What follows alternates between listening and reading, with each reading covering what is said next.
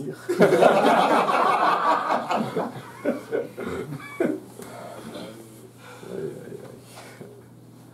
Je sens qu'il y a quelque chose que tu vas dire qui va nous bénir, papa. Lâche le morceau.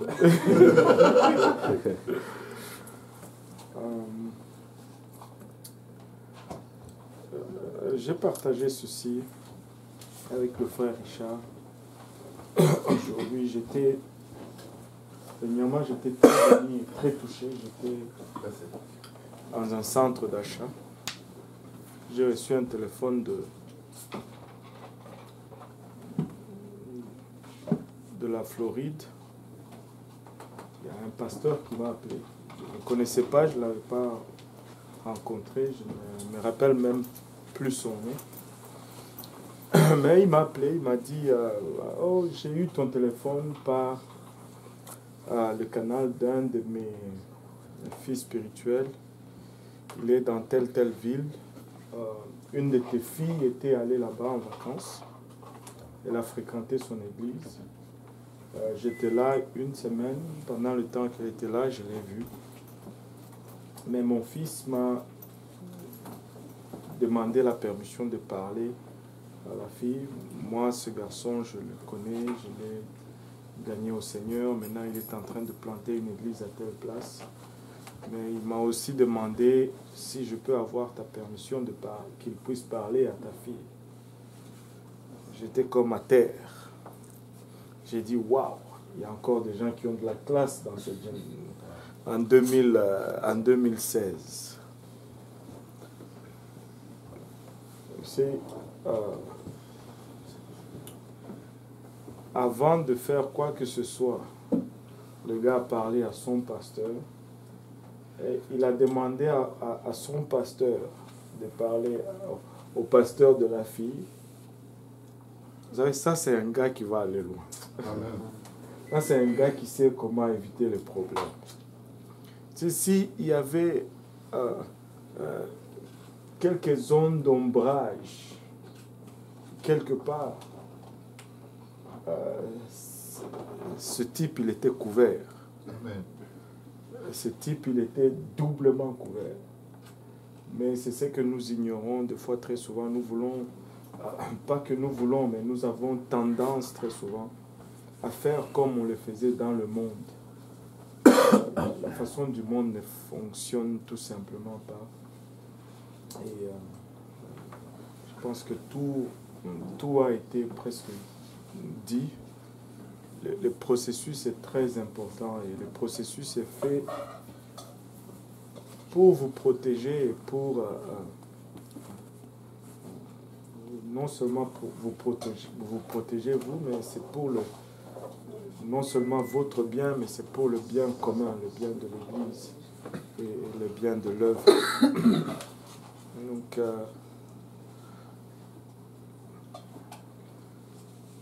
et pour moi, c'est très simple. Comme il a été dit, Dieu ne donne pas de confusion et ne donne pas de peut-être. Si tu viens nous voir, tu dis, j'ai prié, et puis Dieu m'a dit que c'est celle-là. Et puis après, Dieu te dit autre chose. La Bible dit que Dieu ne change pas.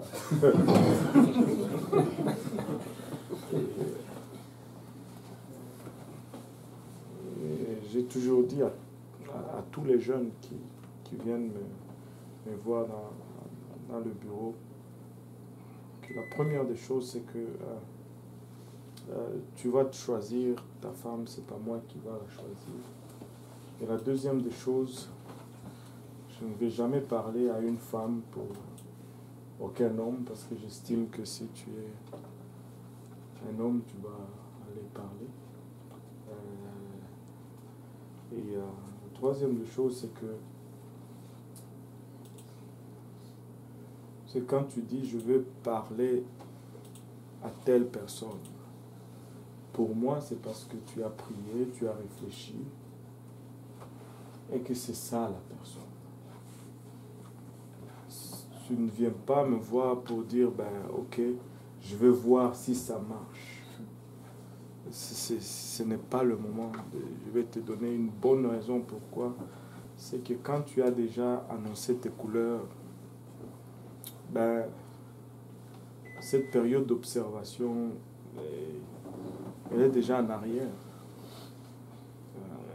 Elle est déjà en arrière. Quand tu as déjà arrêté ton choix, ben, c'est ça. C'est pourquoi il faut faire ses devoirs avant de venir au bureau.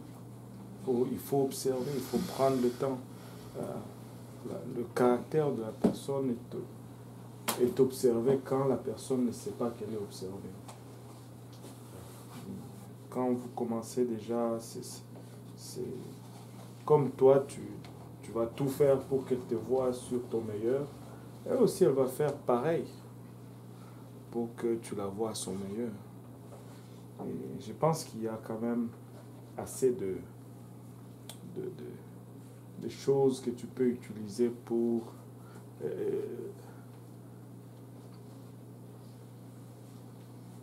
juger d'une personne. Tu sais,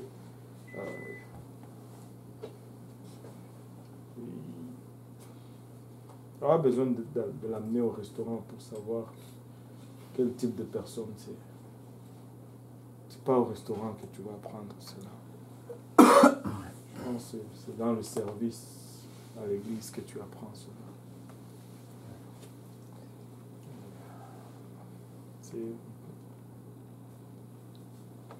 Est-ce que c'est quelqu'un qui va à l'hôtel pour prier quand l'appel à l'hôtel est fait? Tu sais, il y a plein de choses auxquelles tu dois regarder avant de dire c'est ça ou ceci. Mais maintenant, même après avoir regardé tout cela, ce qui a été dit ici est déjà est assez suffisant. C'est que ce n'est pas parce qu'il y a un défaut que tu vas dire que tu n'aimes pas la personne. Ben, l'amour, c'est pas ce qui est généré par la qualité. L'amour, c'est ce qu'on a besoin pour passer par-dessus les défauts. S'il n'y avait pas de défauts, on n'aurait pas besoin d'amour. On se comprendrait correctement et ça serait correct. Anyway, même nous-mêmes, nous avons plein de défauts. Donc cette même patience que nous avons demandé de l'autre côté, nous devons la démontrer également de notre côté. Moi, j'insiste beaucoup sur le processus. C'est très, très important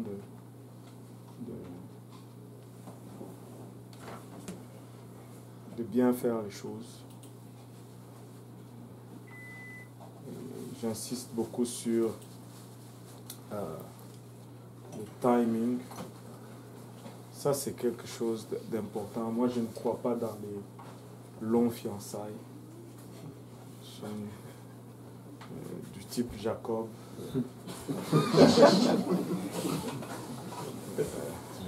Les résultats n'ont pas été... tu sais...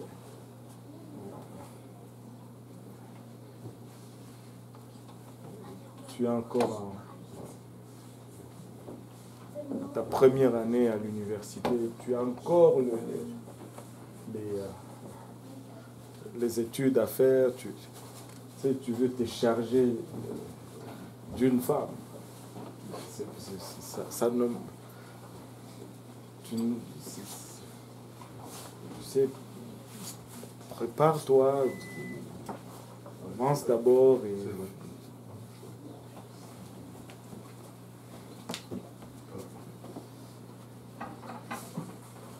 Le timing est très, très, très important. Tu sais,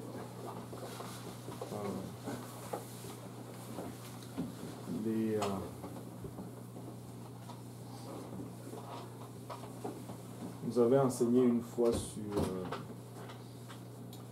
sur la pureté. Et dans cet enseignement, nous avait dit ceci, ça prend à peu près, si ma mémoire est bonne, 600 heures de relation exclusive avec une personne pour que ça devienne sexuel. Parce que quand tu rentres dans une relation, ça va toujours demander plus. Quand tu rentres dans une relation exclusive avec quelqu'un, ce que vous appelez copain, copine, je ne vois aucun recommandation dans la Bible pour vivre le copinage. Il n'y en a pas, bibliquement. Et l'enseignant a dit ceci, si ça prend 600 heures de relations exclusives pour tomber dans la sexualité, si tu veux savoir quand tu es fiancé, si tu veux te marier, si tu veux savoir quand tu es fiancé, il faut que tu calcules 600 heures de relation. Et puis là, pouf, tu te maries. Et tu évites le problème. Il faut veiller au processus. Il faut être mature.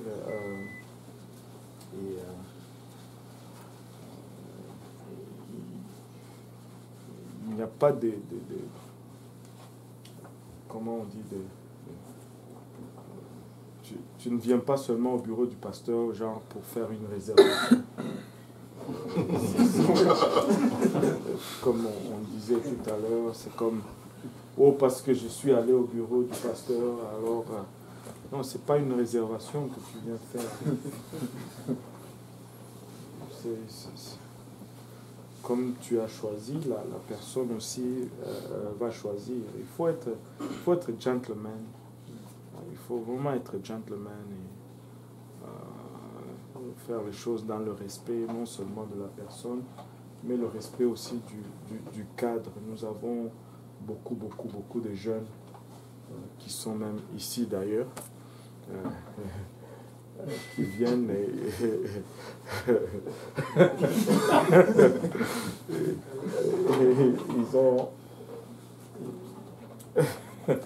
ils ont besoin d'exemples. Et vraiment, si tu sèmes dans le matériel, tu vas récolter aussi dans le matériel. Si tout ton temps est passé à gaver la personne du matériel, ben, votre relation va être basée sur le matériel, va être bâtie sur le matériel. Et le matériel est périssable. Et ce n'est pas parce qu'on a dit qu'il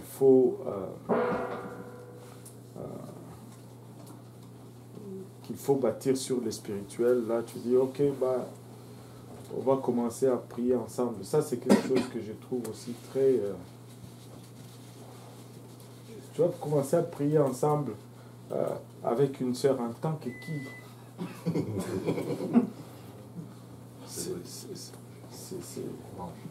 Prends-toi un frère si tu as besoin d'un certain prière. Et tu n'as pas la couverture de la prière pour atteindre ton objectif, en fait. Et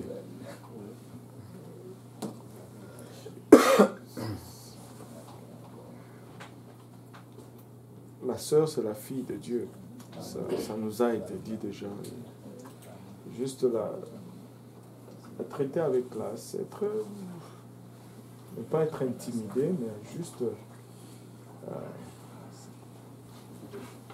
savoir assumer ses responsabilités. Et c'est aussi simple que ça. Aussi simple que ça. Commence d'abord par t'en sortir. Moi, si toi-même tu te débats, tu galères, c'est pas sûr que la sœur va vouloir t'accompagner parce que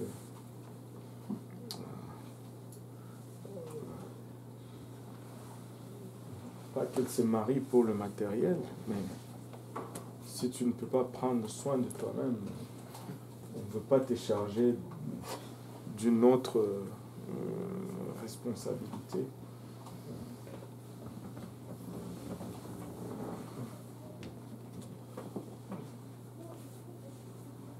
Le timing est très important, le processus est très important. Il ne jouer. Ce n'est pas des faut pas se faire mentir par les émotions. C'est toute émotion, toute pulsion sexuelle, c'est pas de l'amour. Sinon, tu aurais déjà épousé presque 250 personnes jusqu'à présent. Et toute pulsion, toute émotion, toute pulsion sexuelle n'est pas de l'amour. Et c'est pourquoi Dieu a créé l'homme et la femme différemment. C'est pour nous entraider. Ici, c'est juste une pulsion, mais toi, tu es attiré par ce que tu vois, par le physique. Et le physique, c'est la première chose qui attire l'homme. Mais par la suite, ce qui était une pulsion va être, si c'était juste une pulsion ou si c'était vraiment de l'amour, c'est quand la femme te dit ben non et qu'elle te fait attendre que cette chose-là est réglée en toi et que tu saches si c'était une pulsion. Ça va mourir si c'était l'amour. Ben, tu vas persévérer. Ne brûle pas tes cartes. Si on vous donne toutes ces choses, tu sais, après 3 demandes, il y a de fortes chances que tu sois déjà catalogué. Que tu sois déjà catalogué. Tu sais, ne brûle pas tes cartes rapidement. Vraiment, cherche Dieu. En cherchant Dieu, tu vas arriver à la bonne place, de la bonne façon, et en suivant les exemples, en suivant les conseils, en suivant juste le processus. Des fois, on se complique la vie pour rien. Et pourtant, ben, on sait tous ce qu'on doit faire. On sait tous. Donc, nous avons une très bonne opportunité. C'est pas juste le mariage pour le mariage, mais je ne sais pas si vous réalisez, mais nous sommes vraiment à le fer de lance d'un grand réveil, non seulement au Québec, mais dans le monde francophone. Donc, vous n'êtes pas juste t'es pas juste un jeune qui veut se marier. Il y a beaucoup vraiment plus en jeu. Et si tu fais bien, la gloire de Dieu va être reflétée non seulement dans ta vie, mais dans la vie de ta famille, de tes enfants. Et Dieu va vous utiliser d'une façon puissante. Mais si on part des choses temporaires, on se compromet, ça serait une tristesse de voir, et l'ennemi va utiliser toutes ces choses.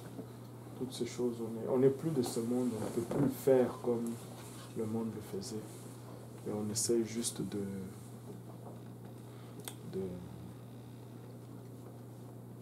vous aider. Soyez des gentlemen, soyez des gens qui aiment les âmes, soyez des gens qui sont investis dans l'œuvre de Dieu.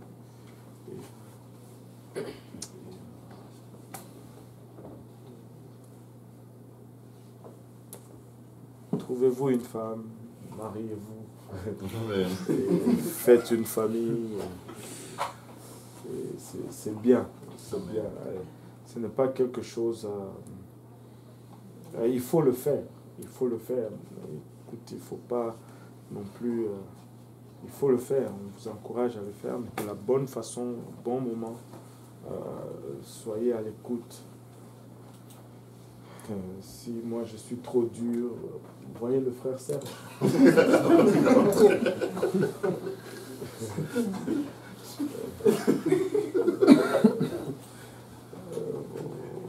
frère Serge, il a un tablier des roses là devant lui.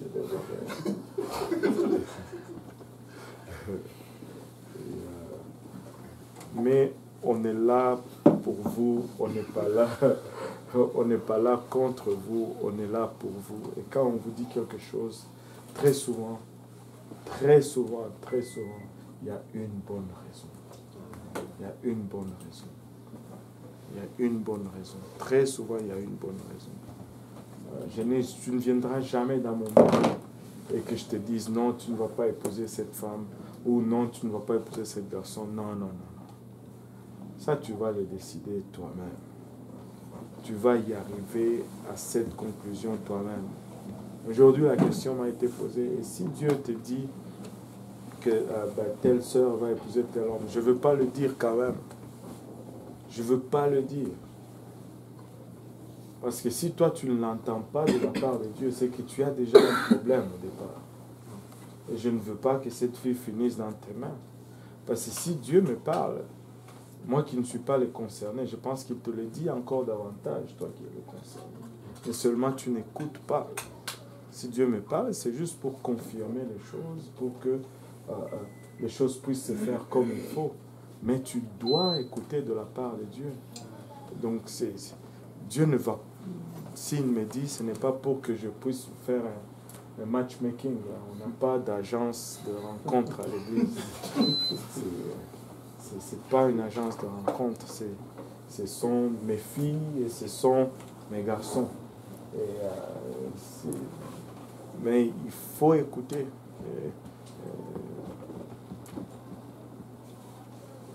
La seule chose que je peux te dire, c'est attends. C'est pas le moment. Et quand je te dis cela, c'est parce qu'il y a une bonne raison. Parce qu'il y a une bonne raison. Mais avec l'aide de Dieu, nous allons y arriver. Nous allons y arriver. Mais soyez à l'écoute. Soyez à l'écoute.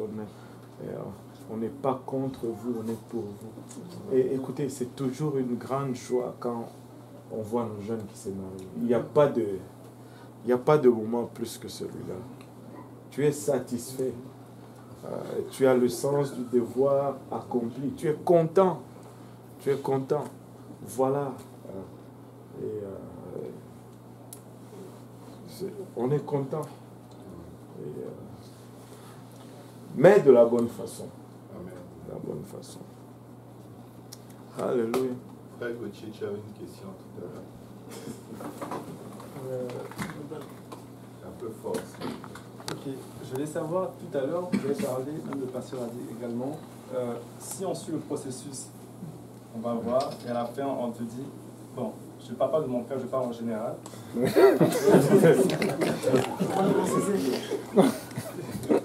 Après, on te dit d'attendre. Et si pendant, tu te mets à prier et que tu commences à avoir soit des doutes ou bien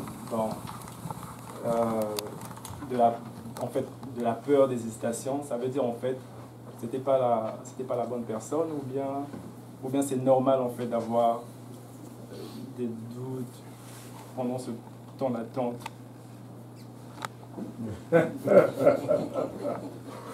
Oh, moi je n'ai pas de tablier.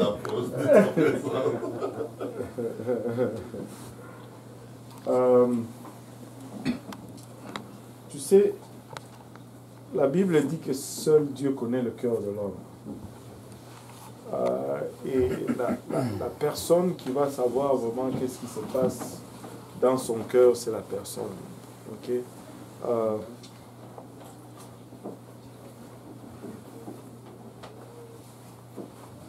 Et quand tu dis des moments de doute,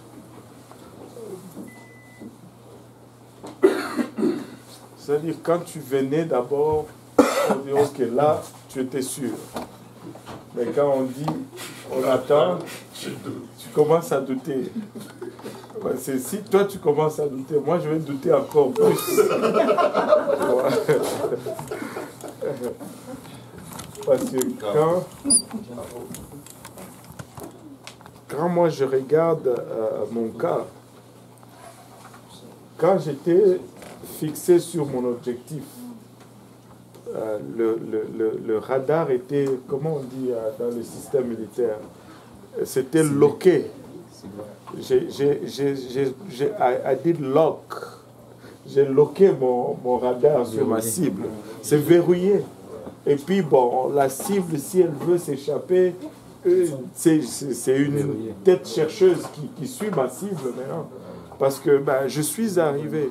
Et d'où il est important de... Au fait, c'est tant...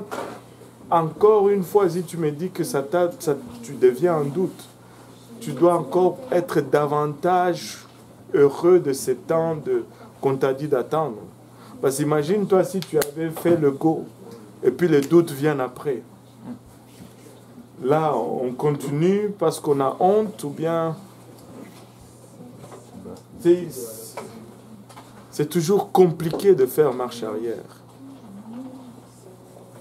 Mieux vaut ne jamais avancer que d'être avancé puis de se retrouver à devoir faire marche arrière. Et le temps joue toujours en faveur de celui qui veut bien faire. Toujours. Toujours. Toujours. Tu peux toujours faire du temps ton allié si tu veux bien faire. Alors, quant à savoir est-ce que c'est normal, c'est un peu difficile à répondre à cette question parce que tu ne sais pas qu'est-ce qui cause ce doute. Est-ce que c'est parce que c'était quelque chose d'instantané et puis ce désir est passé, ou bien peut-être que il y avait des choses réelles, peut-être dans la personnalité que, bon, tu arrives à la conclusion que, bon, je ne veux pas y arriver. Il peut y avoir plusieurs raisons sur ces doutes. Mais c'est difficile de juste dire, bon, c'est normal ou c'est pas normal. Mais le point, ce n'est pas que ça soit normal ou pas normal. Mais je pense que le plus important, est-ce que ça préserve le processus ou pas. Tu vois. Je pense que c'est plus dans ce sens-là qu'il faut le regarder, en fait. Une autre question, peut-être? Moi, j'ai une question. Oui, le frère Yannick. C'est bien que le pasteur soit là, on est content. Bon, depuis qu'on est le groupe JPNIA, on a remarqué beaucoup de tendances. Je pourrais dire qu'il y a 2 ou 3 ans, le problème c'était souvent la maturité des gens avant de se marier. Est-ce qu'ils sont prêts? Est-ce qu'ils ne sont pas prêts? Et je pense que beaucoup de gens dans le groupe sont prêts aujourd'hui. Ils sont assez matures, des sœurs et des frères. Mais cette année, personnellement, j'ai remarqué quelque chose d'autre. Plusieurs fois à l'étude du lundi, par exemple, il y a eu des sujets sur le rôle de la femme, le rôle de l'homme. Plusieurs fois à mes études aussi, il y a eu ce problème qui est revenu. Maintenant, je veux savoir comment le pasteur peut conseiller nos sœurs qui sont en ligne ou qui parlent beaucoup de ça. Parce que beaucoup de gens dans le monde voient le rôle de la femme et le rôle de l'homme autrement que dans l'Église. Et des fois, il y a cette perception que c'est l'homme qui a le bon côté et c'est la femme qui a le mauvais côté. Alors que quand on entend bien l'enseignement du pasteur, apparemment, c'est même la femme qui a le meilleur côté. Donc, je ne sais pas s'il y a quelque chose à partager dessus. Parce que moi, je pense que c'est un problème qui veut gangréner l'Église aujourd'hui. Si la femme a le meilleur rôle, je pense que Dieu serait injuste. Je pense que nous avons juste des positions différentes. Amen. Et quand chacun assume sa position, ça devient le meilleur rôle. Amen. Parce que Dieu nous a équipés pour nous compléter. Ça, on n'est pas appelé à faire les mêmes choses, mais on est appelé à se compléter. Maintenant, je dois refaire un peu ta question dans ma tête. Je vais d'abord dire en partant que je ne suis pas trop pour la rediffusion d'un quorum comme ça. Parce que des fois, même quand tu adresses des situations, il faut que tu prennes l'homme à part pour lui dire certaines choses. Et quand on met en ligne, en direct comme ça, on se retient de dire ce qui est réservé aux hommes et qu'on doit se dire peut-être à caméra, à huis clos. Parce que des fois, il faut se parler comme des hommes, et puis des fois, il y a de ces choses que tu ne corriges jamais quelqu'un en présence de l'autre. Ça, c'est un principe. Sinon, ça ne passe pas. Donc, le ton est très modéré, on va dire cela comme ça. Parce que nous avons des intérêts à préserver. Amen. Amen. Oh, alléluia.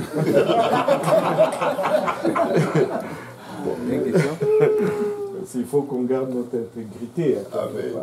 On est l'image de Christ, et surtout dans ce monde d'aujourd'hui, où, je ne sais pas si vous regardez, faites attention, même mon fils me l'a fait remarquer. Dans l'ancien temps, c'était seulement des films, mais écoutez, même les publicités aujourd'hui, on fait toujours passer l'homme comme étant celui le plus stupide. Toutes les publicités, c'est l'homme qui est tout le temps, Attends, il est l'image de Dieu. Il est le chef de la maison, il est le chef de la famille. Il est le protecteur. Il n'est pas stupide. Nous ne sommes pas stupides. Amen. Mais nous avons des rôles différents. Et c'est sûr que dans un environnement dans lequel nous vivons, où le matériel prône, où la réussite est mesurée par le matériel, on a tendance à penser que avoir un emploi à 80 000 $ ou avoir un tel titre, c'est ça qui est vraiment symbole de la réussite, ou c'est ce que la réussite signifie. Et nous avons grandi dans cette société. La plupart d'entre nous sommes à l'église. La moyenne, je dirais maintenant, elle est montée un peu, peut-être 4 ans dans l'église, mais nous avons quand même une vingtaine d'années dans un système qui impacte notre façon de voir ou de percevoir les choses. Mais maintenant, l'homme est fait différemment de la femme. L'homme est objectif, la femme est émotive. L'homme est une force brutale, mais la femme a une force endurante, à long terme. Et nous sommes faits différemment physiquement, psychiquement, émotionnellement, mais ce n'était pas parce que la femme est inférieure à l'homme ou que l'homme est supérieur ou vice-versa, mais c'est parce que quand nous venons ensemble, qu'il y ait équilibre. Qu'il y ait équilibre. Je sais que j'ai promis de faire ce séminaire sur le mariage, mais il s'en vient. Il s'en vient. Juste, soyez patient avec moi. Mais juste un simple exemple. C'est quand le premier besoin d'un homme dans le mariage, c'est le sexe. Mais le premier besoin de la femme dans le mariage, c'est l'affection. Et là, ils ne se comprennent pas. Quand l'homme va voir la femme, on lui donne beaucoup d'affection parce que tu vas toujours donner ce que tu penses que, ce que tu veux, ce que tu aimes. Et là, lui, il dit, mais non, mais c'est quoi ça? Moi, je veux autre chose. Et lui, quand il va la voir, c'est pour demander le sexe. Et là, elle aussi, mais tu es pervers. Toi, c'est tout le temps ça, tout le temps ça. Mais la clé, c'est que pour que l'homme ait le sexe, il faut qu'il donne beaucoup d'affection. Et pour que la femme ait beaucoup d'affection, il faut qu'elle donne beaucoup de sexe. Et c'est comme ça qu'ils viennent se rencontrer et ils se complètent. Pourquoi quand tu rentres dans le mariage, tu regardes d'abord le besoin de l'autre si tu veux être satisfait. Il faut que tu regardes le besoin de l'autre. Moi, je ne vois personne qui est inférieur ou qui est supérieur. Je ne vois aucun rôle inférieur ou supérieur, mais je vois un complément. Et si on transpose cela sur le point de vue social. Écoutez, un homme a des... Les fuses de l'homme sont courts. Tu sais, essaye de porter... ils ont fait l'expérience juste de faire porter un melon d'eau à des jeunes au collège. Et les femmes étaient capables de porter cette affaire pendant des semaines. Mais les garçons, là, un jour, c'était assez. Parce qu'à long terme, l'homme n'est pas endurant. Il va être fort, brut, mais l'endurance, c'est pas son point fort. L'homme, un bébé, un enfant qui tombe, la réaction de papa, hey, un homme ne pleure pas, debout. Et les réactions des mamans, oh mon pitou, tu t'es fait mal. Écoute, si tu laisses un homme garder les enfants comme ça ne marche pas. Et, il n'a pas en lui cet instinct bâti. Est-ce que c'est pour cela que... Pourquoi est-ce qu'on regarde maintenant cela comme quelque chose de moins valorisant? Ce n'est pas parce que Dieu l'a dit, ou ce n'est pas parce que la chose est dévalorisante, c'est tout simplement parce que la valeur qu'on se sert pour mesurer est absente, c'est-à-dire la rémunération, l'argent. L'argent. Et une femme qui reste à la maison, selon les études, elle fait l'équivalent de 9 métiers. Et si on devait la payer pour ce qu'elle faisait, le plus bas salaire serait genre dans les 190 000 $ par année. 190 000 $ par année. Mais aujourd'hui, parce que la société nous dit que, bon, aller dans un bureau, c'est plus valorisant que garder les enfants, ben, là, on pense que, bon, c'est ça, quoi. Non, c'est pas ça. C'est pas ça du tout. Le rôle de la femme n'est pas moindre. Le rôle de la femme est très important. C'est une tâche lourde. L'homme ne doit pas se dire non plus que, bon, moi, vu que mes fuses sont courts et que je ne suis pas endurant, donc quand je suis à la maison, je ne fais rien, parce que ma femme n'est pas allée travailler. Non, c'est pas ça non plus. C'est pas ça non plus. Tu rentres, tu aides ta femme à la maison. C'est ça la maturité, c'est ça la complémentarité. Parce que c'est, tu sais, quand tu vas au travail, tu travailles. Quand tu quittes ton bureau, c'est fini. Mais elle qui est à la maison, c'est fini à elle, elle le met où? Elle le met où? Donc il faut se compléter, il faut s'aimer, il faut se compléter, mais en n'oubliant pas que nous avons des caractères innés, nous avons des aptitudes innées, et c'est ridicule de ne pas les valoriser dans notre cadre familial. Si tu es un joueur qui joue avec la jambe gauche, on te met à l'aile gauche. Mais le droitier, on le met à l'aile droite. Mais si tu dis, ce sont tous des joueurs, ils sont égaux, ben moi, je vais quand même aller. Mais vous vous pénalisez vous-même. Vous vous pénalisez vous-même. Il faut juste s'assumer. On n'a pas besoin de l'approbation de la société pour se sentir valorisé. La seule valeur, la seule approbation que nous cherchons, comme on le dit souvent, c'est l'approbation de mains qui sont marquées par les cicatrices des clous. Amen. C'est celle de Jésus-Christ.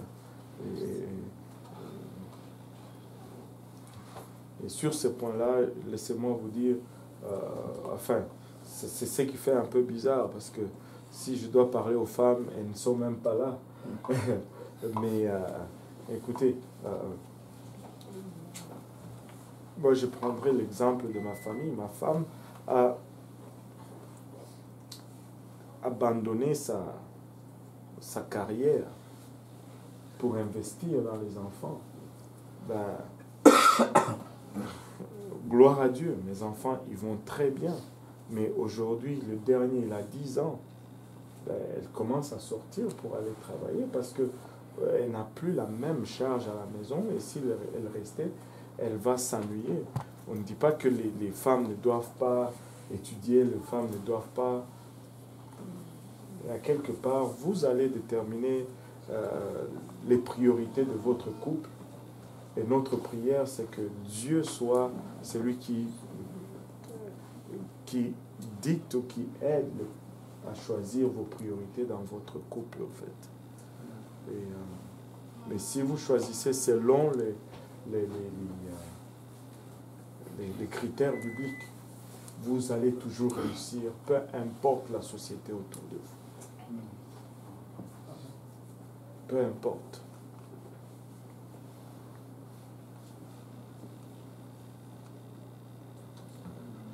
Mais ça, c'est une question sur laquelle je pense que ce serait mieux de revenir dans le cadre du séminaire sur le mariage. Amen.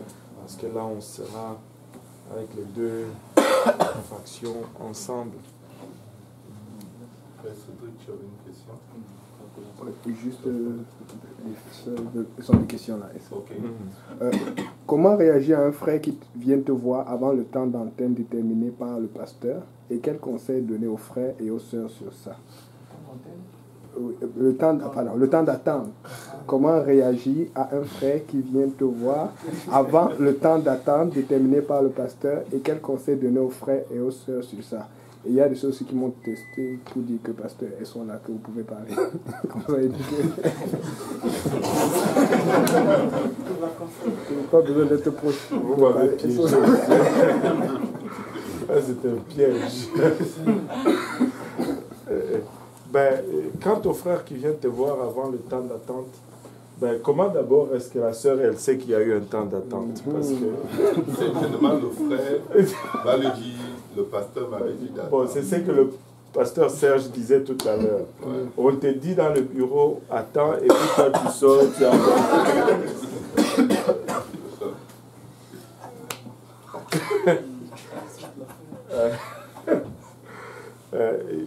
de toutes les façons, écoutez, les sœurs savent ce que, moi je l'ai toujours, c'est que ma sœur, quand un garçon vient te voir, la première réponse que tu lui dis, c'est non. Et que ça ne soit pas un non juste, comme ma femme l'a dit aujourd'hui, le pasteur a dit de dire non. Non! Refuse, envoie-les promener. Tu ne veux rien savoir de lui. Chasse-le, c'est ça.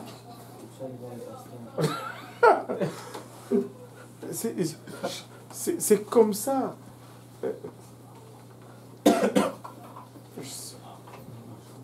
Écoute, moi si j'étais une femme, si un homme veut m'épouser, il doit payer un prix.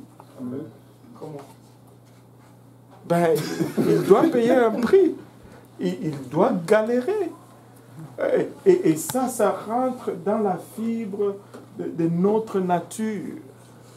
On a parlé tout à l'heure, on s'est dit, l'homme est attiré premièrement par le physique. Et si tu allais épouser toute femme que tu as cru aimer, tu allais déjà avoir 250 femmes aujourd'hui. Parce qu'il y a plusieurs femmes qui vont te déclencher physiquement. Et ce n'est pas à chaque déclenchement que tu vas épouser la personne. Et d'où ce processus devient très important. Si tu ne lui dis pas non, tu ne rends pas service à cet homme. Parce qu'il faut aussi qu'il aille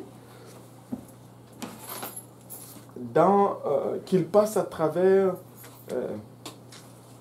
comment est-ce que je peux, pas épreuve, mais une confirmation personnelle. Le frère Gauthier a dit tout à l'heure, on t'a dit d'attendre et puis tu te retrouves dans les doutes. Pourquoi? Parce que tu n'as pas fait le processus interne toi-même comme il faut. Parce que ce qui te déclenche d'abord est charnel. Mais si tu n'as pas fait le processus, qu'on te dit oui tout de suite, quand est-ce que toi-même tu vas avoir l'assurance que vraiment c'est là? C'est seulement lorsqu'on te repousse et que tu persistes.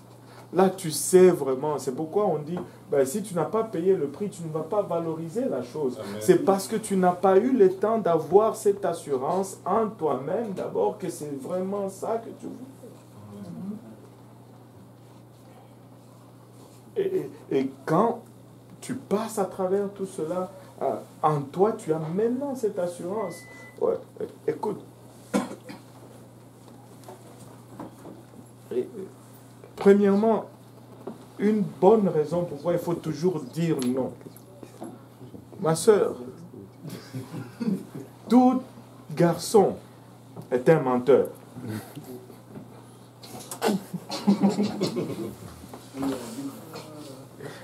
Comment ça passe?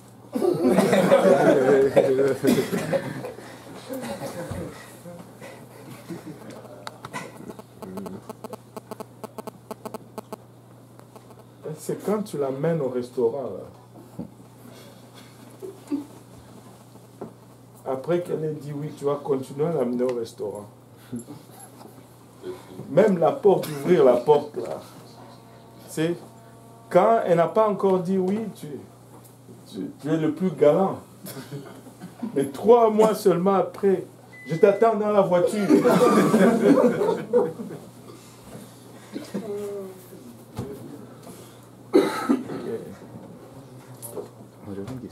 Et les gars aussi, laissez-moi vous dire ceci. Toute femme aime se faire mentir.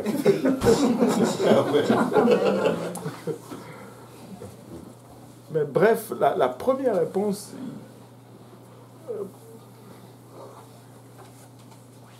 l'homme, on va revenir encore à la nature.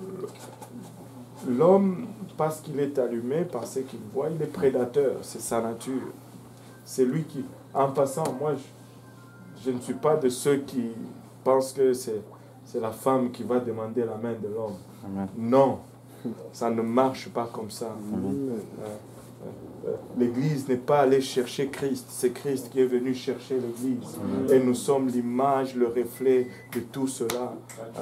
Nous ne sommes pas en train de faire n'importe quoi. Mais l'homme qui va, maintenant comment la femme est protégée là-dessus, c'est quand il dit non. C'est quand elle te fait vraiment marcher. Donc, qu'est-ce qu'il faut dire à cet homme qui vient, que le pasteur lui ait dit attends, ou qu'il lui ait dit bon, moi je ne vois pas de problème? La réponse est la même. La réponse est la même. Et il ne faut pas juste dire un non, juste que c'est un non. Mais il faut vraiment dire non et le signifier. Et l'oublier et l'ignorer. Et c'est tout. Et juste faire, c'est qu'une femme digne, respectueuse, fait. C'est une princesse. Elle a un prix. Amen. C'est une princesse. Tu sais, c'est comme... Moi, je ne sais pas. Moi, je trouve ça juste tout naturel. Oui. Attendez. J'ai une autre question des sœurs et puis on va alterner parce qu'il y a beaucoup aussi là. Premièrement, les sœurs ont réclamé, elles veulent une soirée avec vos pasteurs parce que là, il y a trop de choses que... avec les deux pasteurs Serge et pasteur Kaozi, juste une soirée des sœurs. Elles ont réclamé parce qu'il y a beaucoup de choses à clarifier. Elles ont compris qu'on ne peut pas parler de tout ici. Maintenant, la question c'est celle-ci. Comment rétablir une relation saine avec quelqu'un qui n'a pas suivi les instructions ou quand tu lui as dit non. Et puis après, on peut poser une question. Mais qu'est-ce qu'on entend par relation saine?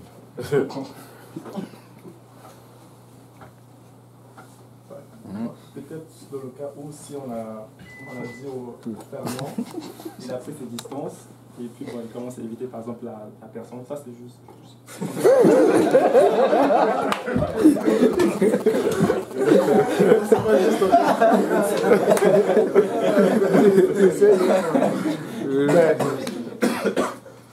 C'est simple. Tu sais, le problème c'est que si cette relation n'était pas saine déjà dès le départ, elle ne va pas être saine, elle ne va pas revenir saine. Si nous avions une relation saine et que nous avions fait les choses selon les règles de l'art, la question ne va même pas se poser au fait. La question ne va même pas se poser. La question va se poser très souvent, c'est parce que peut-être déjà au départ, les relations n'étaient pas saines.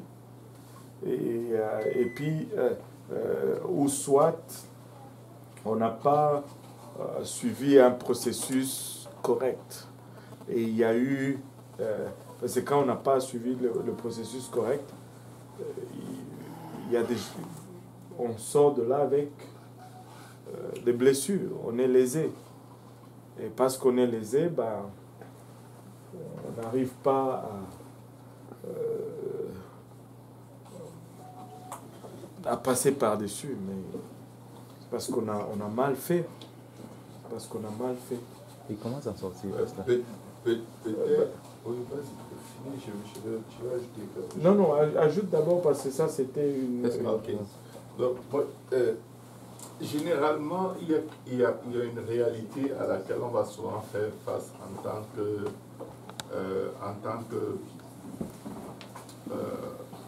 être humain, aussi bien du côté des frères que du côté des sœurs. Un frère ne va pas être intéressé par une sœur, il ne veut rien savoir. Il bloque. Ça crée une relation bizarre entre eux. Et subitement, il est intéressé. Mais la sœur n'est plus intéressée. Et vice-versa. Un frère intéressé par une sœur, la sœur comme non. Parce qu'elle a peut-être quelqu'un d'autre en vue, mais après elle voit que celui qu'elle avait en vue ne la compte même pas. Et là, elle a envie de revenir pour dire, bon, juste au cas où tout pourrait m'échapper. Les relations doivent être saines, qu'il y ait eu un oui ou qu'il y ait eu un non. Un non ne doit pas rendre les relations malsaines. Si la relation devient pas plus bonne parce que tu as dit non, c'est parce que vous n'aviez pas d'amitié, vous n'aviez pas une vraie relation de frère et de sœur. Donc vous ne pouvez pas chercher à l'avoir après un échec cuisant pareil. Avant de chercher à épouser une fille, il faut d'abord être son frère. Il faut d'abord penser à elle dans un autre sens. Juste pour être son frère, pour qu'elle aille au ciel, t'investir dans sa vie, pour qu'elle aille au ciel. Le mariage doit être quelque chose dans lequel, un sentiment dans lequel vous deux vous retrouvez et que ce soit comme Ruth et Boaz. Amen. Vous comprenez? C'est juste que elle voulait juste servir. Elle voulait servir sa belle-mère. Lui non plus ne cherchait pas de femme, mais il était juste généreux. Il voulait juste son bonheur. Il ne cherchait pas en elle une femme. Quand vous grappillez, laissez des épis pour elle. Ce n'est pas parce qu'il était amoureux. Il voulait juste son bonheur. Il voulait son bonheur. Elle voulait juste le bonheur de sa belle-mère. Elle ne cherchait pas un autre mari. Elle lui avait dit, ton peuple, ton Dieu sera mon Dieu, ton peuple sera mon peuple. Là où tu mourras, moi aussi je mourrai, vice versa. C'était juste ça. Elle voulait juste être avec ce Dieu-là. Et lui, il voulait juste être généreux envers une personne qui est dans le besoin d'un homme généreux dans sa vie. Ce qui arrive très souvent, c'est que les sœurs cherchent la générosité gratuite de quelqu'un, mais elles ne trouvent que des générosités intéressées par l'envie de les accrocher. Et ça ne donne pas. tu ne peux pas saisir chaque opportunité que tu as de rendre ministère à une sœur pour chercher à savoir si elle t'aime. Ce n'est pas bon, c'est malsain même. Parce que ça devient comme ton nom, dragueur. Donc, tu ne sais pas ce qu'il sera après avoir obtenu ce qu'il cherche. Donc, la relation ne peut pas être saine. Il faut dire non, il faut toujours dire non. Nous, on encourage toutes les sœurs, dites non, parce que ça va faire du prédateur un prédateur réel. Et ça va amener l'homme à s'examiner. Quand les filles se rendent faciles, quand les filles cherchent à rétablir une relation saine, la fille ne cherche pas à rétablir la relation saine. Que ce soit le gars qui cherche à rétablir la relation saine, qui s'excuse d'avoir mal procédé, qui change de comportement, et la relation va devenir saine par elle-même. Et aussi, il y a une chose qu'on appelle du comment. Premièrement, d'abord, c'est l'honnêteté personnelle et la sincérité personnelle. D'abord, quand tu cherches à rétablir, des fois, on pense qu'on peut masquer certaines choses. Vous savez, partout où vous passez, nous aussi, nous sommes passés. C'est comme les enfants, ils vont mentir à leurs parents, pensant que les parents ne savent pas. Ils savent. Amen. Ils ont inventé ce mensonge.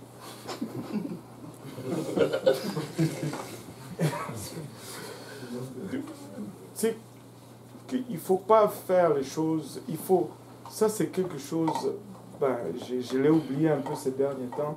À un moment donné, je pense il y a 1 mois et demi, le Seigneur m'a parlé fortement là-dessus. C'est l'honnêteté personnelle. Il faut que tu sois honnête avec toi-même. Parce que si tu n'es pas honnête avec toi-même, personne ne peut t'aider. Personne ne peut t'aider. On peut te donner tous les conseils, toutes les astuces. Mais si tu te mens même à toi-même, ça, on va y arriver. On ne va pas y arriver.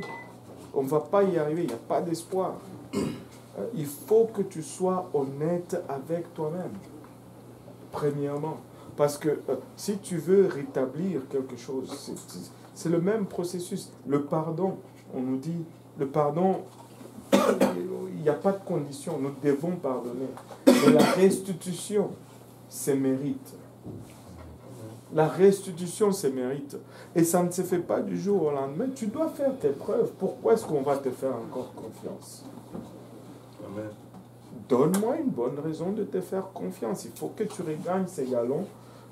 Il faut que tu t'humilies, mais ne le fais pas avec calcul. Dans le sens de revenir et puis par la porte en arrière ou peu importe. Non. Si c'est honnête, tu vas aller à travers tout le processus et ça sera correct. Et le temps est toujours nécessaire. Tu ne peux pas léser quelqu'un aujourd'hui et t'attendre à ce que demain vos relations soient normales. J'avais une question. En fait, c'était en fait ça s'applique pas à moi en passant. Mais c'est parce qu'elle expliquait. Cette question ne s'applique à personne. Pourquoi on y répond alors? C'est pour les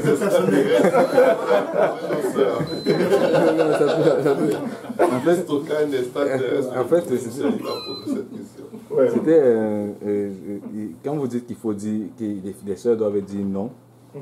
Et mettons que une sœur, par exemple, le fait que la sœur dit non, elle est réellement sincère dans le non qu'elle dit. Est-ce que le fait que peut-être un frère va toujours vers la personne, est-ce qu'elle peut se sentir comme harcelée par rapport à ça? Et il y avait une autre question aussi. Attends, on va d'abord répondre à celle-là parce que c'est très simple. L'harcèlement est toujours par rapport à comment tu fais les choses. Parce que si tu fais les choses dans le respect de la personne, elle ne va jamais se sentir harcelée. Même qu'elle va se sentir aimée. Toute femme veut avoir qu'on s'intéresse à elle. Mais il faut le faire de la bonne façon, avec le respect.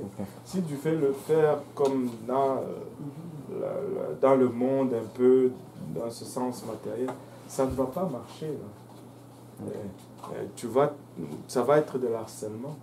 Si ça devient de l'harcèlement, vraiment, quand c'est mal fait, parce que sinon on ne demanderait même personne en mariage.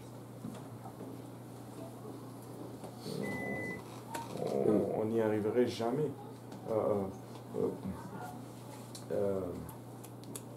Il y a quelque chose que je voulais dire quand tu as commencé.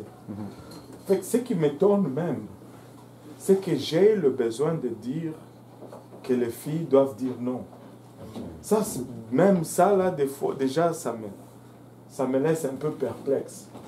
Parce que dans mon monde à moi, c'était comme ça, là. Les filles devaient dire non au départ. Une fille ne te disait jamais oui. Je me demande pourquoi on doit insister tellement là-dessus aujourd'hui, sauf qu'on a quand même peut-être un problème quelque part. Elles sont devenues les filles deviennent de plus en plus prédateurs au lieu d'être. Parce que c'était comme si c'était comme si je commençais à vous dire, ben c'est l'homme qui doit faire le premier move. Je dis, mais je prends ça pour acquis. Amen. Je n'ai pas besoin de vous le dire. Je pense. Enfin, je croyais. C'était quoi ta deuxième question? En fait, c'était ça. Mettons maintenant que je suis tout à fait d'accord que les sœurs doivent dire non. Non, ok. Mais mettons que la sœur dit non. Et toi, maintenant, le fait que la personne le gars doit être sûr de ce qu'il veut. Il ne doit pas tergiverser à gauche et à droite. Et je suppose par là que la personne doit être sous couverture de son pasteur avant de toujours aller vers la sœur qui dit non. Je ne sais pas si vous voyez un peu. Là, je ne comprends parce que pas. Sœur... Parce que si tu es déjà allé, c'est que, bon, on a dit que c'était bon. On présume que toutes les étapes ont été accomplies. Okay, et que, bon. Non, en fait, il veut savoir si après, quand il va encore tenter sa chance, il est encore obligé de venir parler au pasteur. Ou il peut tout le temps. Et dit, bon, comme j'avais dit oui l'année passée, tout le temps, chaque semaine, oui, non, oui, non. Jusqu'à ce qu'un jour, elle disait, oh, j'en ai marre, oui.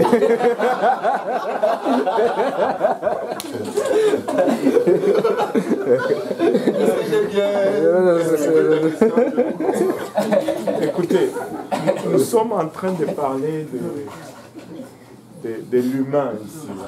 Et les humains ont des émotions, ont des humeurs, ont des réactions différentes selon les circonstances. On n'est pas en train de mettre comme une formule magique. Il faut saisir le principe. Ce n'est pas une formule magique que tu vas sortir si tu veux te marier. Bon, voilà, paf. Non. Tu fais affaire avec une personne. Et les personnes réagissent des fois différemment. Et il y a de ces personnes, si elle t'a dit non, il faut peut-être que tu attendes 2 mois ou 3 mois avant de revenir. Et ça lui montre peut-être le respect que tu as vis-à-vis de la personne. Mais à quelque part, tu dois prier, demander que Dieu te guide aussi. Et tu dois être observateur pour voir comment la personne aussi réagit. Mais il faut que tu restes honnête avec toi-même. Ce n'est pas... tu n'es pas en train d'aller pour faire une conquête, là. Tu es en train de vouloir épouser la future mère de tes enfants. Ce n'est pas une conquête que tu es en train de faire, un trophée que tu veux gagner pour avoir fait ceci ou cela. Non, c'est une femme que tu veux épouser, c'est la mère de tes enfants, c'est ton partenaire de vie jusqu'à la mort. Donc, moi, je pense que ça ça vaut la peine que tu souffres un peu pour. Et tu souffres honnêtement, ça vaut la peine que tu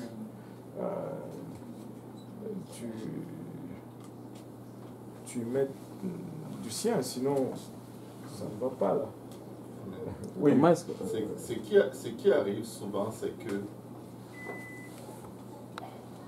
les gens vont tellement se concentrer sur le oui qu'ils veulent qu'on leur dise que finalement, quand une sœur par surprise lui dit oui, il est tellement choqué qu'il dit bon, maintenant on va prier pour savoir si c'est la volonté de Dieu. Mais non. Attends. Parce qu'elle a dit oui quand, en fait, ce n'était plus dans ses plans, c'était juste le jeu qu'il faisait maintenant. Maintenant, il a un oui. Pourtant, il avait déjà commencé à développer d'autres options ailleurs. Elle a dit oui. Mais comme je voulais déjà partir, je venais juste me bâtir ma raison d'abandonner. Elle m'a surpris avec oui. Et j'ai déjà commencé à donner les fleurs là-bas. Cherchant à savoir si c'est la volonté de Dieu. C'est une question d'honnêteté. C'est pas... Même les lions dans la savane, quand il se jette, il a déjà ciblé sa proie. Même si une autre proie tombe sur lui, il traverse, il va chercher celle qu'il a observée depuis quand le troupeau était paisible. Il ne change pas sa proie. Il faut faire très très attention parce que ça permet de savoir si tu as réussi ou si tu as échoué. Quand tu attrapes juste par hasard, le doute va te saisir avec fracas parce que tu n'as pas investi le temps qu'il faut, tu n'as pas investi la consécration qu'il faut pour cette personne-là. Tu n'as pas permis à Dieu de te détailler qui est réellement cette personne parce que tu étais dispersé émotionnellement partout. Et là, quand maintenant, ça a l'air de marcher avec la personne, tu te rends compte que tu ne la connais pas. Et là, panique générale. Écoutez, juste un exemple très simple pour comprendre un peu ce qui se passe. Vous savez, des fois, pour comprendre notre nature, nous devons observer un peu la nature. Moi, je me rappelle toujours de cette histoire. Tu sais, on avait un fût à la maison où on mettait la farine. Puis un jour, je ne me rappelle plus c'était quoi les circonstances, il y avait une souris qui est tombée dans ce fût-là. Et là, on a pris le chat. Sinon, on voulait voir le spectacle. On a pris le chat, on l'a mis dans le fût. Il n'a pas attaqué la souris. C'était pas une proie. C'était pas une proie, là. On lui a enlevé son instinct de prédateur. C'est vrai. On lui a enlevé le défi. Il ne voulait plus de cette souris. On a dû tuer la souris nous-mêmes et puis sortir le chat de là.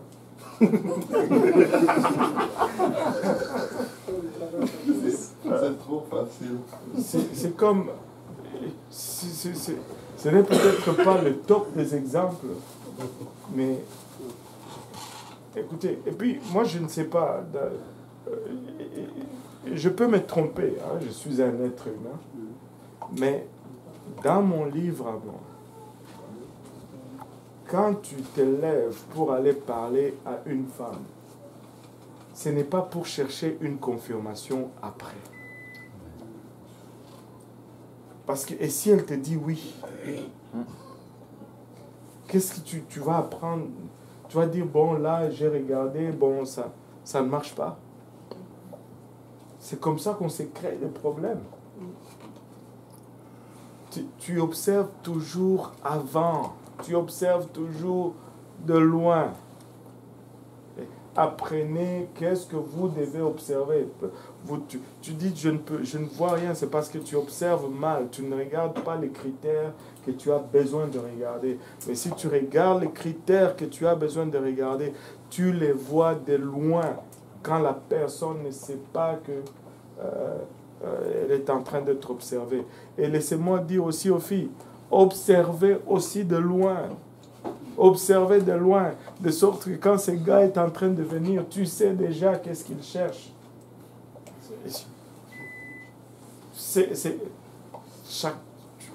Dès que tu mets tes cartes sur la table, c'est parce que tu as fait, moi j'estime, tu as fait tes devoirs, tu as fait tes processus, tu dis c'est celle que je veux. Sinon, ça ne va pas, il n'y a pas de try-out où on essaye pour voir. Ça, c'est la logique vraiment mondaine. Tu observes la personne avant. Le frère Richard a une question. Oui. En fait, c'est pas une question, je veux juste dire à mes frères que j'ai de la compassion pour eux. Je suis déjà en train de creuser mon puits.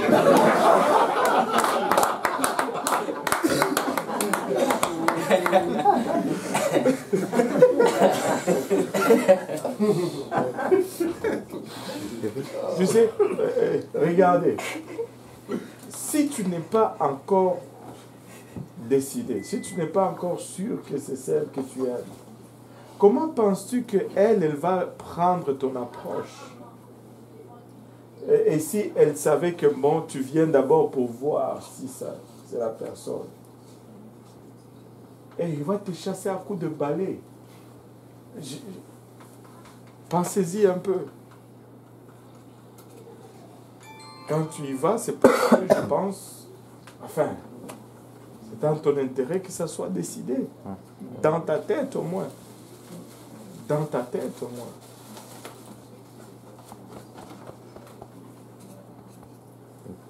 Oui, frère. Comment, jusqu'à quel point, parce qu'on a parlé un peu qu'il faut s'investir dans cette personne qu'on a peut-être en vue, je veux savoir, jusqu'à qu'est-ce que tu peux te permettre, jusqu'où tu peux t'investir, qu'est-ce que tu ne peux pas. En fait, jusqu'où tu peux t'investir sans être en désaccord avec la parole de Dieu.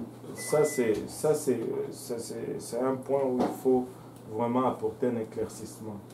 Cela ne veut pas dire que j'ai dévisé sur une sœur et là je vais lui donner une étude biblique. C'est pas ça. Je suis d'accord. Ce n'est pas ça. En fait, même des fois, c'est quand tu as dévisé que tu commences même à mettre un peu cette distance entre vous. Amen. Parce que justement, tu as dévisé. Mais ce que ça veut dire tout simplement, c'est que tu dois être alors le meilleur chrétien pour elle. Amen. C'est-à-dire tu dois exemplifier Christ pour elle. De sorte que ce que tu peux lui donner soit spirituel, au lieu que ça soit plus teinté par ce qui est en train de grandir en toi. Parce que ce qui déclenche en toi, premièrement, c'est le physique. Parce que tu es un homme. Ce n'est pas parce que tu es pervers, mais c'est parce que tu es un homme. Et c'est pourquoi même des fois, il est nécessaire que quand tu commences à voir cela, tu prends une certaine distance. Question. Mince. Vous avez des questions? Hein? Oui. Ouais, vas-y alors, parce qu'après on va donner une question. Non, vas-y. Vas-y, Valérie. Vas-y. Bon, avec une question trop volée, avec éclaircissement, bien sûr. En fait, moi je voudrais savoir, pour connaître la personne, bien pour avoir le cœur net par rapport à la personne et tout, est-ce qu'il faudrait parler à la personne avant? On parle, aller lui dire non, tiens, ceci, c'est non, non. Tu essaies un peu d'apprivoiser la personne, savoir un peu quelles sont les choses qu'elle peut aimer ou pas. Non, ben, c'est. Premièrement, c'est pas. Bon. Quand tu veux connaître la personne, je pense que avec JPNL, avec toutes les activités que nous avons à l'église, nous avons un cadre propice qui peut te permettre de connaître ce que tu as besoin de connaître. Et très souvent, le problème, c'est que ce qu'on veut, on a besoin de connaître, ce n'est pas vraiment ce qu'on veut connaître. Mais nous, on est en train de chercher autre chose. Tu vois.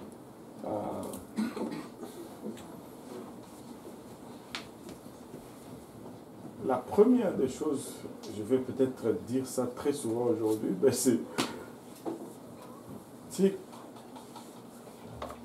tu n'as pas besoin de connaître rien de physique. Parce que déjà tu l'as vu et tu l'as aimé et on est d'accord que la première chose qui t'a poussé, c'était le physique. Maintenant, ce que tu es en train de vouloir savoir, c'est quelle personnalité elle est. Pas pour cocher sur les défauts et les qualités, mais pour voir si c'est la personne qui a ce que toi tu recherches pour bâtir une famille, pour être ce que Dieu vous appelle à être. Maintenant, si le côté spirituel est couvert, je pense que tu pars sur un bon pied.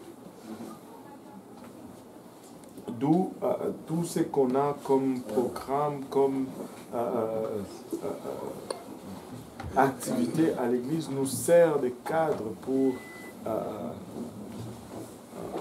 pour observer une personne dans tous les aspects. Dans tous les aspects. Que ce soit interaction, responsabilité, personnalité. On a le cadre parfait, mais bon, si tu manques aux activités, bien sûr, tu ne vas pas avoir ces opportunités. Par exemple, les enfants, écoutez, moi je vais vous dire ce que moi j'observe. J'observais comment elle se comporte avec ses frères et sœurs. Elle se comporte avec ses parents. Ça, c'est la première des choses que j'observe. Parce qu'elle ne va pas te traiter différemment de comme elle traite ses frères et sœurs. Elle ne va pas te traiter différemment de comme elle traite ses parents. Peut-être au début, vous êtes sur le coup des émotions, c'est la lune de miel. Mais quand vous vivez routinement, vous allez revenir au naturel. Et c'est ce que tu as observé dans sa nature que tu vas avoir. Mais je posais la question, parce que tantôt on disait que, en fait, lorsque, par exemple, tu n'es pas encore engagé avec la personne voudra que tu entendes ce que toi tu veux entendre. Mais une fois après engagé et tout, la personne sort la face cachée et tout et tout. Donc ça va dans les deux sens, pour les frères ainsi que pour les sœurs. Donc c'est quand mais quand elle voudra que tu entendes ce que tu veux entendre, c'est quand tu lui montres tes intentions. Quand tu brûles les étapes. Avant d'avoir observé, toi tu fais le move. Moi, tu sais, techniquement, quand tu as fait ton move, la période d'observation est finie en fait. C'est fini la période d'observation. Là, on joue au Don Juan maintenant. On fait tout ce que la personne veut pour gagner ça. Mais la période d'observation est finie. Pour aller vite, pour pas monopoliser la parole, en fait, les deux derniers volets, c'est que pour ceux qui sont mariés, bien sûr, donc quels sont les problèmes fréquemment qui arrivent dans les mariés, même chrétiens, bien entendu, et comment faire, c'est pour les mariés, pour nous les futurs aussi par la grâce de Dieu, et comment faire comment agir en fait face aux problèmes dans un couple, comment réagir, agir, comment y remédier. Tu dis toujours oui à ta femme, tu n'auras jamais de problème.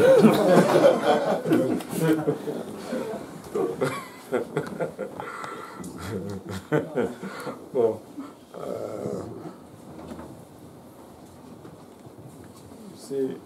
dit toujours, une famille qui prie ensemble demeure ensemble. Tu vois. Ça, c'est peut-être la base et le début de toute chose. Il faut qu'il y ait Dieu au milieu de vous parce que les problèmes, ça c'est garanti, il y en aura toujours. Ce n'est pas s'ils vont venir, c'est seulement quand ils vont venir. Et des fois, ils viennent plus tôt que plus tard. Mais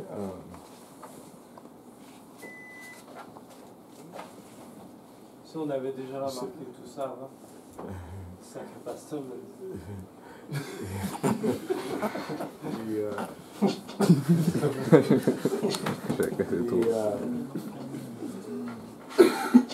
Les majeures parties de problèmes dans le couple, d'abord, c'est les finances, l'intimité. Ça, ce sont les premières sources des problèmes majeurs. Des fois, il y a aussi la famille, l'ingérence de la famille. S'il y a quelque chose que moi je conseille toujours aux mariés, aux jeunes mariés, ce n'est pas à vos parents de vivre votre mariage. Vous devez vivre, vous, votre mariage. Tu n'es pas marié et puis tu es tout le temps maman, maman, maman. Non, non, non. Ou tu es marié, c'est ta femme maintenant qui décide, qui est la chef de la maison. C'est pas ta mère. Et vice-versa pour la femme aussi. Il faut, la Bible nous dit, c'est pourquoi l'homme quittera son père et sa mère. Vous vous séparez et vous, souvent dans nos traditions à nous, c'est aussi une source de problèmes.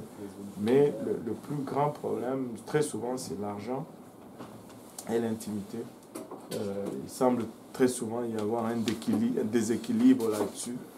Mais encore là, je pense que en tant que chrétien, vous pouvez résoudre ces déséquilibres facilement. Et des fois, il faut être honnête. Encore une fois, ça revient. Ce que je veux dire, c'est que des fois, il faut se défaire de ce complexe que je suis un homme. Voilà. Parce que regarde, Dieu donne à la femme, quand Dieu crée l'homme, il dit qu'il n'est pas bon que l'homme soit seul, je vais lui donner une aide. Une aide. Et quelqu'un a dit que si la femme est une aide, c'est parce que tu dois faire quelque chose. On n'aide pas quelqu'un qui ne fait rien. C'est vrai.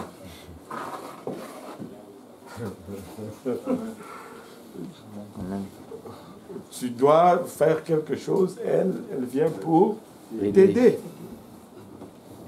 Amen. Donc, mais si Dieu te donne une aide,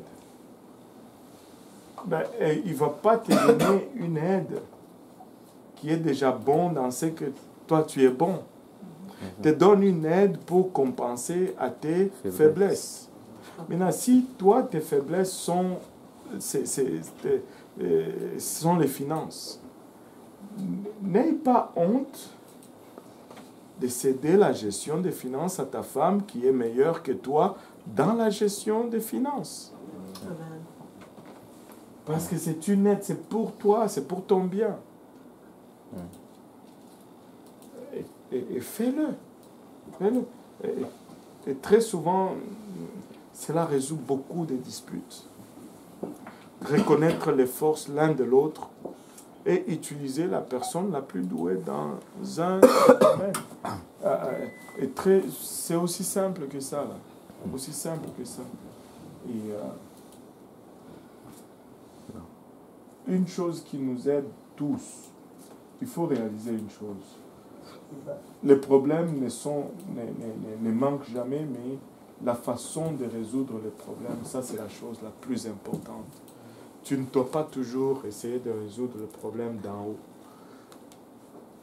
Je n'ai jamais vu un seul cas où on m'a présenté un problème et la faute était à 100% à une personne.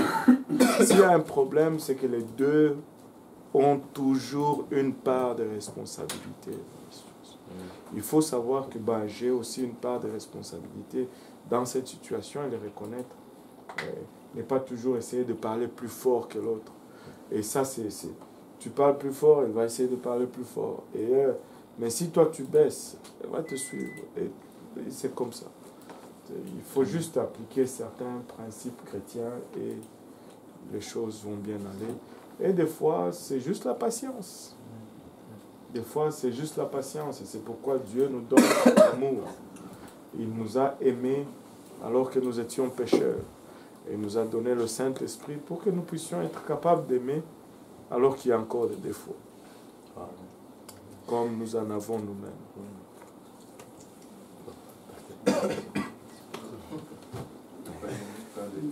Mais quand on nous dit qu'il faut dire non, les frères savent déjà que c'est normal de dire non. Donc ils ne prennent plus le non au sérieux.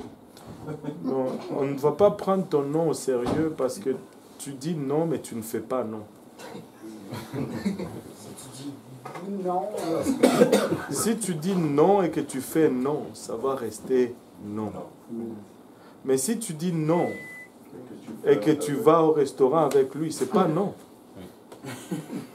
C'est oui. Si tu dis non et que...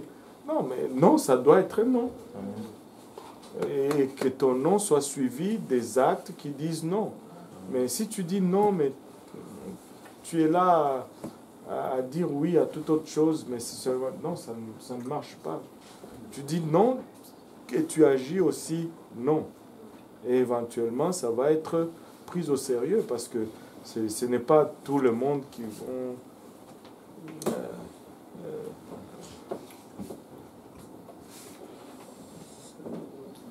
qui vont parce que tu leur as dit non et puis éventuellement non, il faut dire non et agir non. Si tu n'agis pas non, le non n'aura pas de poids. Moi je ne sais pas comment ça se fait, mais une femme a toujours dit non. Je ne sais pas où est le problème aujourd'hui. Je n'arrive pas, mais il a toujours dit non. Ah, je ne sais pas. Je laisse le contraire. Une fois que tu dis non, ça veut dire oui. Oh. En tout cas, il y a une épouse. Oui. Oui.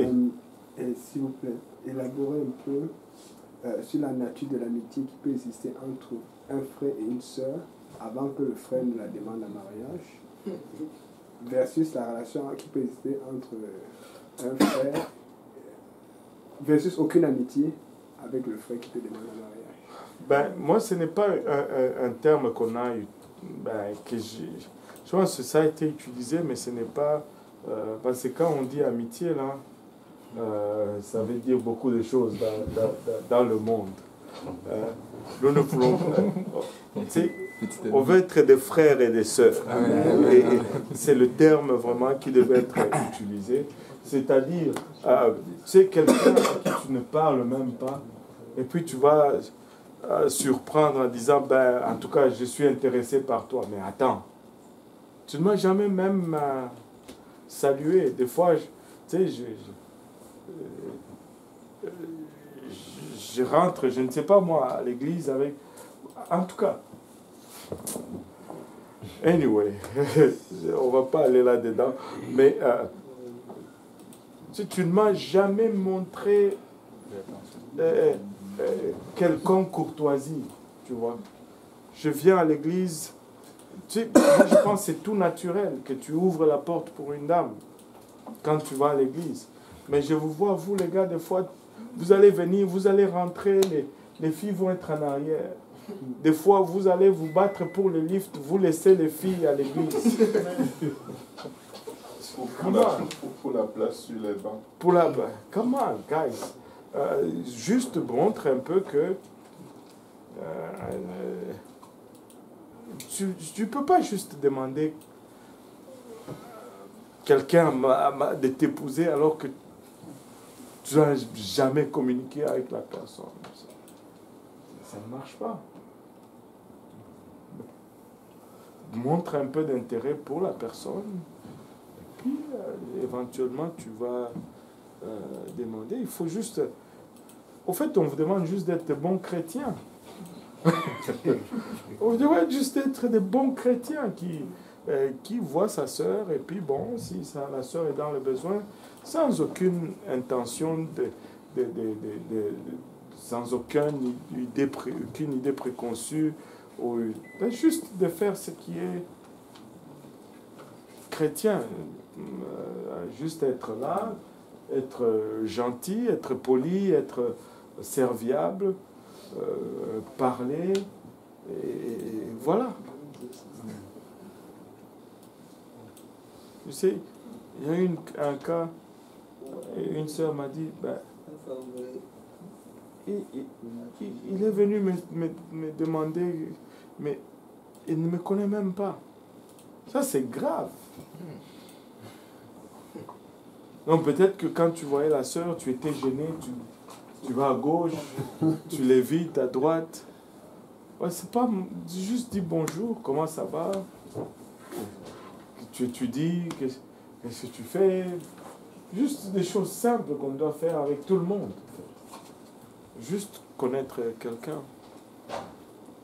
On ne dit pas qu'on doit avoir une relation particulière. Juste d'abord, juste être un chrétien avec la personne.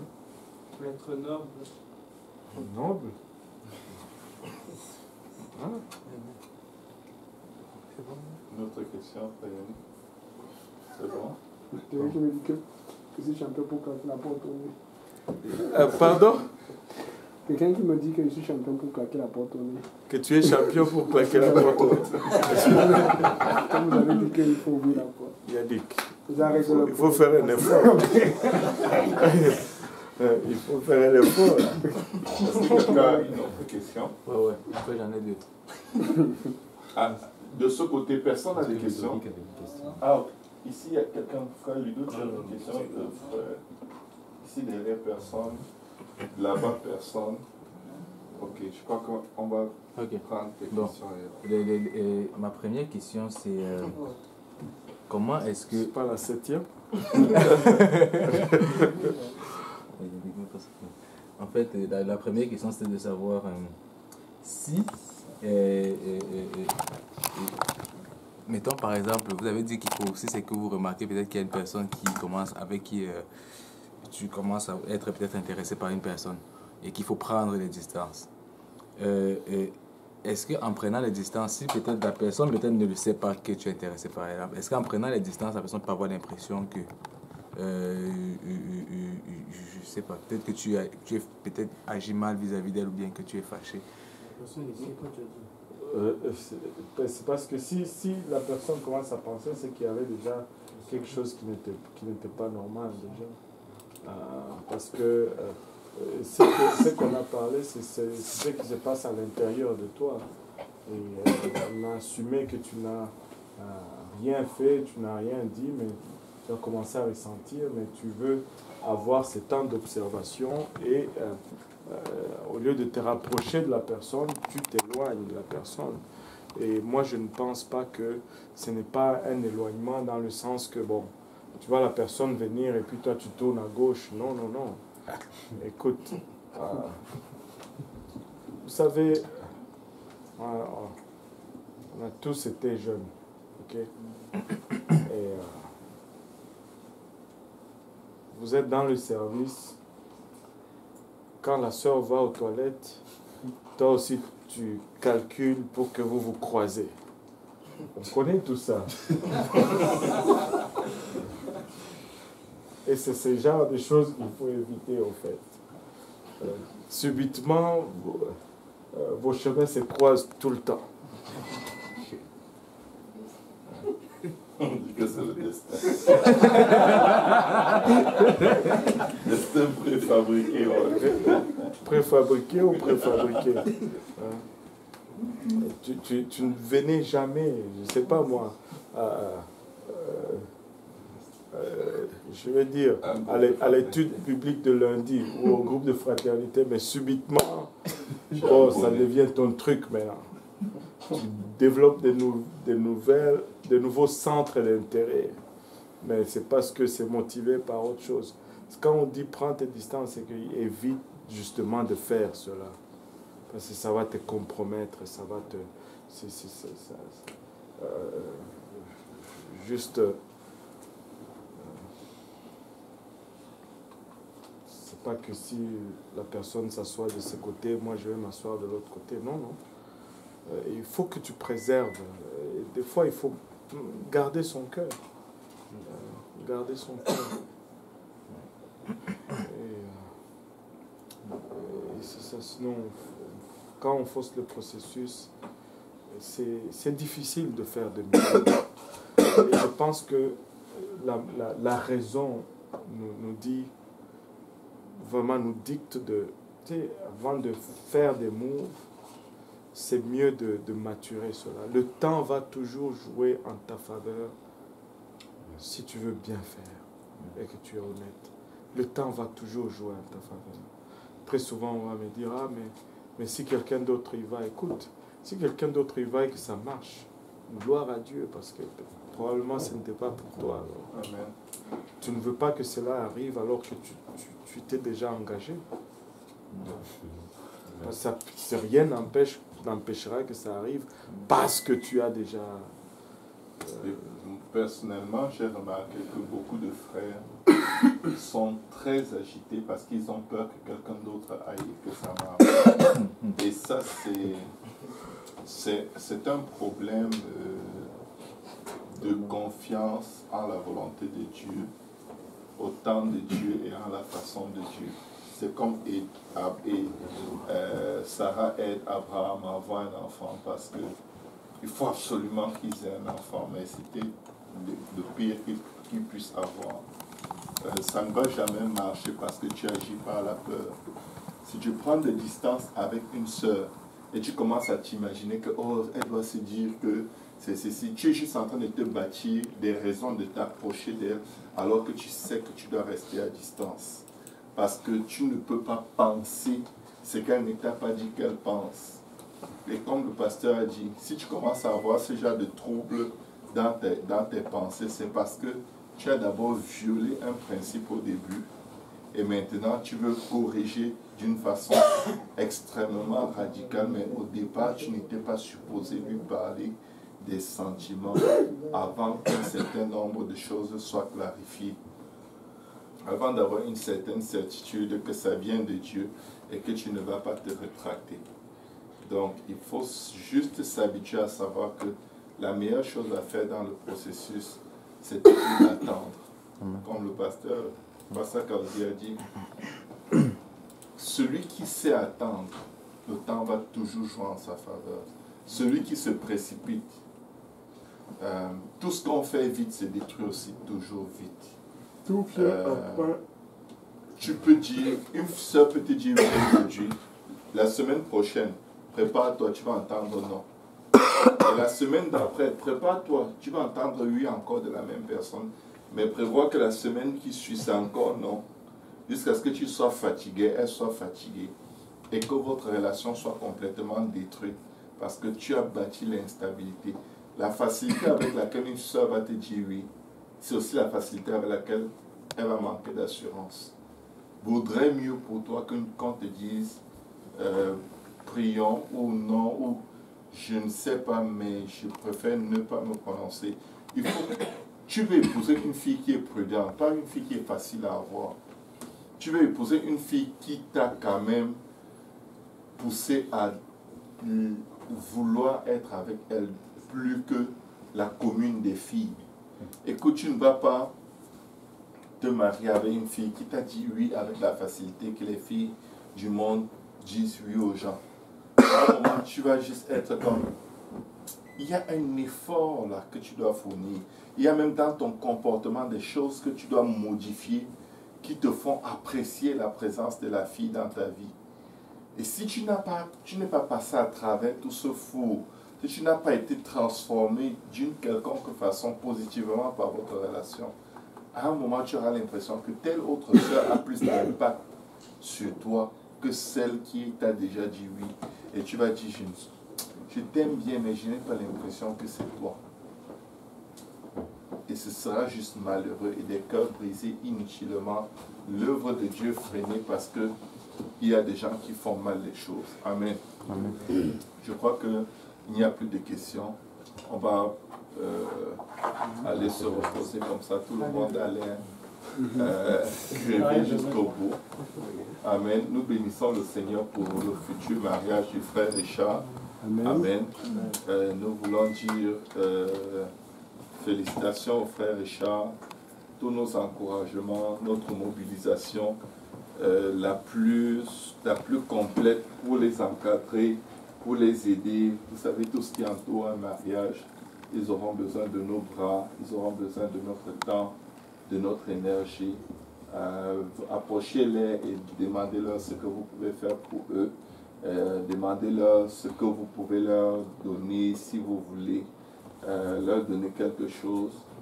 Mais ouvrez-vous, ne vous attendez pas à ce qu'ils vous sollicitent parce que honnêtement, ils sont très très débordés et c'est un gros mariage et il y a juste beaucoup à faire. Et nous voulons prier que tous ceux qui seront invités à ce mariage soient touchés par la parole de Dieu, par la présence, par l'Esprit de Dieu. Donc on va beaucoup prier pour ce mariage comme si on priait pour une croisade d'évangélisation qu'on organise. Et on veut que ce jour-là, l'Esprit de Dieu touche les gens. Amen. Amen. Amen. Comme on prie souvent les samedis pour que dimanche, l'Esprit de Dieu bouge et touche beaucoup de gens, on veut prier de cette façon pour ce mariage qui aura lieu le 23, que ce jour-là, l'Esprit de Dieu soit au devant et qu'il y ait des baptêmes pendant le mariage. Amen. Qu'il y ait des gens dont le nom est écrit dans le livre de vie le jour du mariage. Amen. Je vais juste dire au frère Richard, je vais rendre témoignage au frère Richard et à la sœur Justine qu'ils ont fait des efforts exceptionnels pour les gens de leur maturité qui ont déjà des grands enfants. Ils se sont beaucoup humiliés et des fois j'étais très choqué de voir comment les plus jeunes n'ont même pas leur humilité alors que eux ils sont supposés être ceux qui écoutent le moins parce qu'ils peuvent s'appuyer sur leurs expériences de vie. Mais tu peux voir que leurs expériences de vie leur ont montré que non, la bonne façon de faire, c'est de faire selon les instructions que tu reçois. Je bénis Dieu pour cela dans leur vie et pour l'exemple qu'ils servent à leurs enfants et aux jeunes frères et sœurs de la maison de Dieu. Frère Richard, tout va bien se passer au nom de Jésus-Christ. Amen. Nous y sommes ensemble. Amen. Amen. Donc, je ne sais pas si j'oublie quelque chose, mais on va vaquer à nos différentes occupations. Certains vont aller demain matin travailler, que le Seigneur vous fortifie beaucoup. Amen. Qu'il renouvelle vos forces et vivement. Je ne sais pas pourquoi, mais j'anticipe 3 mariages avant la fin de cette année. Il y a déjà un. Oui, j'anticipe, je le sais. Minimum. Tous ces gars, gars, il faut se marier. Amen. Donc, c'est le minimum, c'est la base. Donc, vous pouvez bâtir dessus. Moi, je voulais d'abord, encore une fois, on en parlait déjà avec le frère Richard, inutile de revenir là-dessus. Et ils sont énormément appréciés. Tout ce que le pasteur Serge a dit est vrai. Mais je voulais vraiment m'excuser, partir parce que la journée commence à 5 heures aujourd'hui. Il reste à peine 3 heures. Donc, je dois absolument fuir. Merci pour la présence, pasteur. J'étais supposé être là pour 30 minutes. Mais je ne fais jamais confiance au frère Yannick. Des pièges. Aïe, aïe, aïe. En tout cas, nous sommes à la meilleure place.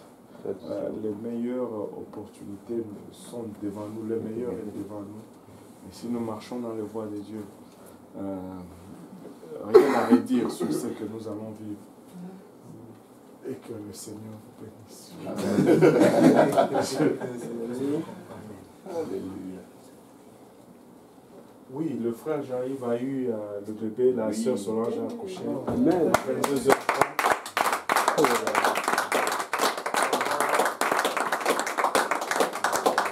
Maman et bébé sont en santé. Amen, amen, amen, amen.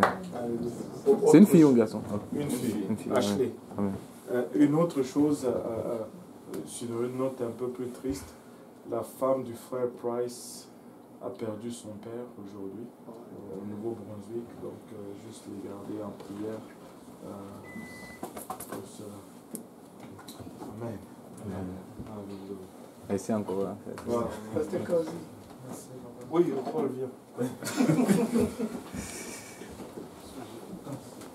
Donc c'est ça, on va Merci on encore. va avoir plus. Pour le... On n'aura pas beaucoup plus de questions que ça.